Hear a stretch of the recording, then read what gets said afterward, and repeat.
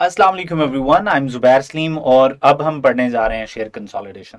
Share consolidation से पहले जो चीज़ें हमने पढ़ी हैं उनमें था बेसिक ईपीएस। हम पढ़ रहे हैं बेसिक ईपीएस का फॉर्मूला होता है earnings available to ordinary share holders, जो यूजुअली पैट होता है divided by weighted average number of shares.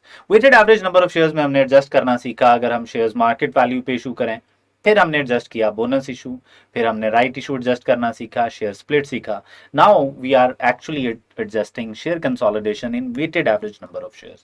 Share consolidation basically क्या है? It's a reversal of it's a basically reversal of share split. ये share split का reversal है। What does it mean? It means के share split में आप लोगों को कह रहे थे कि यार ज़रा हमें महंगे शेयर्स यानी ज़्यादा वैल्यू का शेयर दे दो और हमसे छोटी वैल्यूज़ के शेयर्स पकड़ लो, हमें छोटी छोटी वैल्यूज़ के ज़्यादा शेयर्स दे देते हैं। तो वहाँ पे आप ज़्यादा शेयर्स कर रहे थे लोगों के पास, इसलिए हम कहते हैं शेयर स्प्लिट। तो वहां पे नंबर ऑफ शेयर्स क्या हो रहे थे? ज्यादा हो रहे थे और जो पार वैल्यू थी वो कम हो रही थी। यहाँ पे उल्टा है, यहाँ पे छोटी छोटी वैल्यू के शेयर्स आप उनसे लेके उन्हें इकट्ठा करेंगे, ऐसे ऐसे करके कंसोलिडेट करके उन्हें एक दे देंगे या उन्हें दो दे देंगे। एक एग्जाम्पल से समझते हैं कि ये है क्या, लेकिन उससे पहले एक छोटी सी ये जो अंडरस्टैंडिंग जो आपकी आई कैप की बुक में भी लिखी हुई है वो ये है कि इससे होगा क्या। शेयर स्प्लिट अरेंजमेंट का ये रिवर्स है। पहली बात तो उसने ये कर दी। इसमें होगा क्या, नंबर ऑफ शेयर्स कम कर देंगे हम लोगों के पास, क्योंकि कंसोलिडेट कर रहे हैं हम लोग, और वैल्यू उनकी ज्यादा कर देंगे। यार ये बिल्कुल ऐसा ही है, अगर आप थोड़ा सा भी कंफ्यूज हो ना, तो शेयर कंसोलिडेशन बिल्कुल ऐसा ही है कि मैं 10-10 रुपए वाले किसी को 5 नोट देता हूँ। एक शेयर 10 रुपए वाला, सॉरी एक नोट 10 रुपए वाला, दूसरा नोट, तीसरा नोट और चौथा नोट। तो अब ये 5 नोट मैंने दिए और उसे मैंने कहा यार कि मुझे एक ही नोट इसके बदले दे दे। तो वो बंदा क्या करेगा? मुझे 50 रुपीज का नोट दे देगा। अब जरा बात समझें, होगा क्या, देखें जरा।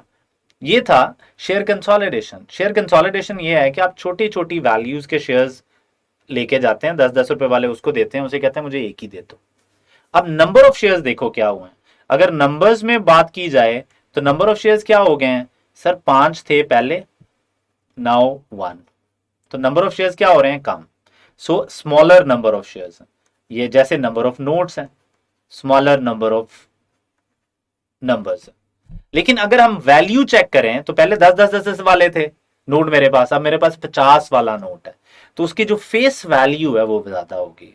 तो number of smaller numbers but face value क्या हो जाएगी? ऑब्वियसली ज्यादा हो जाएगी। तो नंबर्स कम होने वाले हैं और क्या होने वाला है? ये लें जी, नंबर्स कम और पार वैल्यू फेस वैल्यू 50 की ज्यादा। तो ये है बेसिकली शेयर कंसोलिडेशन। वो एक एग्जांपल ले रहा है, वो कह रहा है 500 ऑर्डिनरी शेयर्स 10 रुपीज ईच वाले थे, 5000 टोटल कैपिटल बनता है। 500 शेयर्स 10 रुपए ईच, 500 इंटू 100 करें 10 करेंगे तो 5000 ही बनता है। आपने क्या किया, company made a 1 for 5 share consolidation. 1 for 5 share consolidation का मतलब है एक पकड़ो, दूसरा पकड़ो, तीसरा, चौथा, पांचवा कंबाइन करो और उन्हें एक लुटा दो। तो यार 10-10 वाले शेयर्स पकड़ के आप 5 शेयर्स पकड़ के उन्हें एक दे रहे हैं, इसका मतलब क्या है सर? 50 पार वैल्यू हो जाएगी अब। और टोटल नंबर ऑफ शेयर्स कितने हो जाएंगे? 500 शेयर्स थे उनके पास, शेयर्स कितने हो जाएंगे? आसान सा काम है, 500 शेयर्स थे, आप उन्हें क्या कह रहे हैं यार एक करवाओ 5 के बदले और जान छोड़ो। इसका मतलब 100 नंबर ऑफ शेयर्स हो जाएंगे। ये है जी नंबर ऑफ शेयर्स।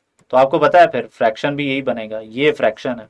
और फ्रैक्शन का आप लोगों को पता है क्या करते हैं।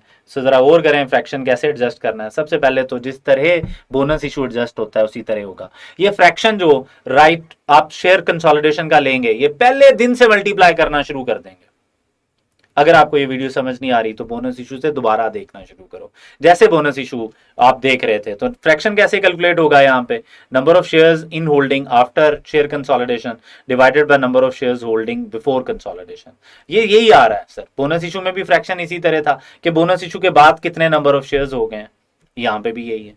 शेयर स्प्लिट में भी यही था कि स्प्लिट के बाद कितने शेयर्स हो गए, कहीं पे बढ़ रहे हैं कहीं पे कम हो रहे हैं। तो यहाँ पे कम हो रहे हैं नंबर ऑफ शेयर्स और कंपैरेटिव ईपीएस भी ठीक करेंगे। ये एक एग्जांपल है, इसको मैं तसल्ली से समझा देता हूँ आप लोगों को ताकि आप लोगों को बिल्कुल भी कंफ्यूजन ना आए।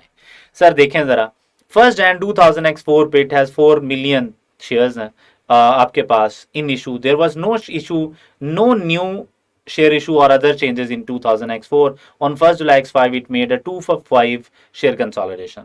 अब 2 for 5 का मतलब क्या है यार, फ्रैक्शन क्या बनेगा आपका, सर दो शेयर्स आपने उनके पास कर दिए हैं, जिनके पास कितने थे पहले 5, ये लें, तो शेयर्स आफ्टर कंसोलिडेशन जो है वो 2 हैं, बिफोर कंसोलिडेशन कितने थे 5 थे, तो ये आप लोगों ने काम किया 2 for 5।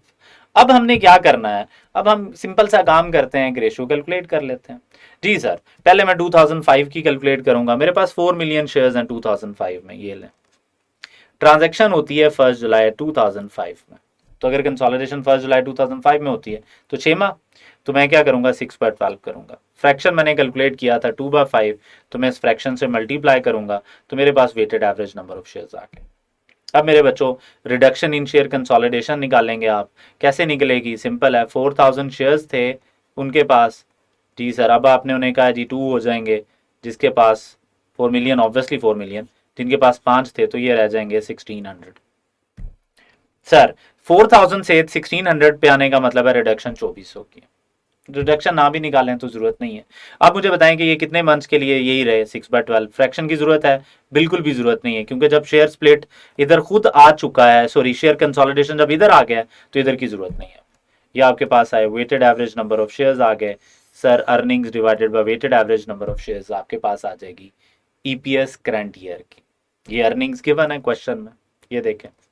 पिछले साल की ईपीएस को रीस्टेट करना है, पिछले साल की ईपीएस उसने दी हुई है तो क्या करना चाहिए, 5 और फ्रैक्शन को रिवर्स करके मल्टीप्लाई कर देना चाहिए, इसको जब आप 5/2 करोगे तो ये 12.5 आ जाएगी, तो पिछले साल की ईपीएस को आपने रीस्टेट कर देना है।